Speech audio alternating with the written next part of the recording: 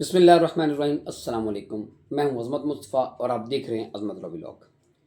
जी, topic हमारा है जी वही प्रॉपर्टी प्रोटेक्शन एक्ट जो है, प्रॉपर्टी प्रोटेक्शन ऑर्डिनेंस जो है, उसके वाले से जो तरमीम हुई हैं उसके वाले से डिस्कस करेंगे। आज का हमारा जो है इस टॉपिक के हवाले से सेक्शन 11 को हम डिस्कस करेंगे। हम देखते हैं जी ट्राइब्यूनल क्या है। ये जो ट्राइब्यूनल बनाया है इस तरमीम के बाद लोग अब देखते हैं, क्योंकि एप्लीकेशन मैंने पिछले व्लॉग में ये बात की थी, बताया था कि अब एप्लीकेशन जो है वो डायरेक्टली हमने ट्राइब्यूनल को देनी है। अब देखते हैं ट्राइब्यूनल क्या है, ट्राइब्यूनल का प्रिजाइडिंग ऑफिसर जो है वो कौन है, इस हवाले से डिस्कस करते हैं हम। पंजाब प्रॉपर्टी ट्राइब्यूनल इसका नाम है जी, Punjab property tribunal. The government में by notification in the official gazette constitute the Punjab property tribunal for each district. Government बना सकती है, बनाएगी हर ज़िला के लिए एक ट्राइब्यूनल, प्रॉपर्टी ट्राइब्यूनल, जिसको मैंने पहले बताया Punjab property tribunal for each district in the Punjab under the act and may in consultation with the chief justice of Lahore high court. Lahore high court के जो चीफ जस्टिस हैं उनकी कंसल्टेशन से, उनकी मुशावरत से गवर्नमेंट जो है वो ट्राइब्यूनल बनाएगी।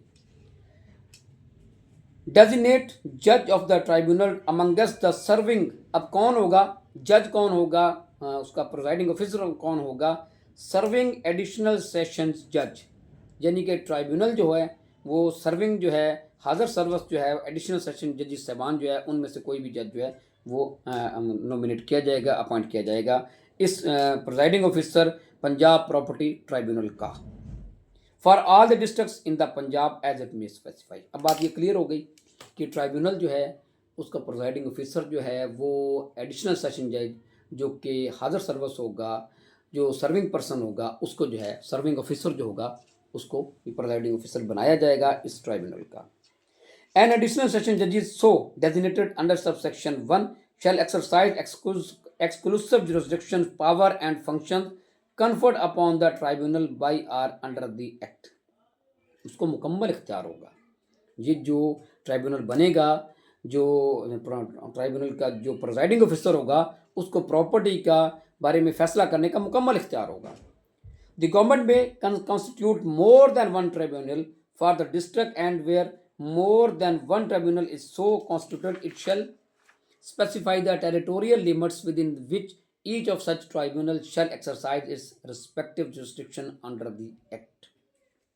अगर एक से ज़्यादा होंगे तो उनको बताया जाएगा कि आपकी इलाकाई हदूद जो हैं आप जो है वो ये होंगी। अच्छा ये जी अब ये एक्सक्लूसिव जुरिस्डिक्शन जो है वो ट्राइब्यूनल की इख्तियारात क्या होंगे। अब ये बात ज़हन में रखिएगा, सेक्शन जो है ये हम 13 इसको डिस्कस कर रहे हैं ट्राइब्यूनल के हवाले से।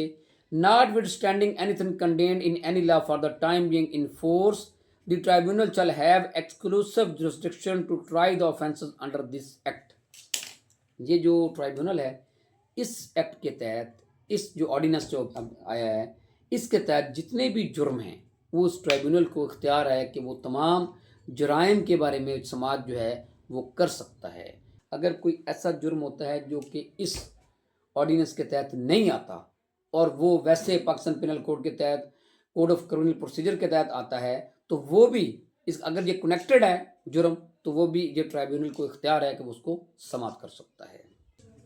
अच्छा जी, ये थी डिस्कशन इस वाले से कि ट्राइब्यूनल जो है वो क्या है, हमने डिस्कस किया इन डिटेल। अब नेक्स्ट व्लॉग में हम डिस्कस करेंगे कि वो किस प्रोसीजर के तहत वो काम करता है, उसका काम करने का ट्राइब्यूनल क्या प्रोसीजर क्या है, वो किस तरह जब कोई भी एप्लीकेशन आ जाती है तो ट्राइब्यूनल किस तरह उस पर काम करेगा, उस केस को प्रोसीड करेगा, तो उस केस को चलाएगा। तो इसके साथ मुझे इजाज़त दीजिए। अल्लाह हाफिज़।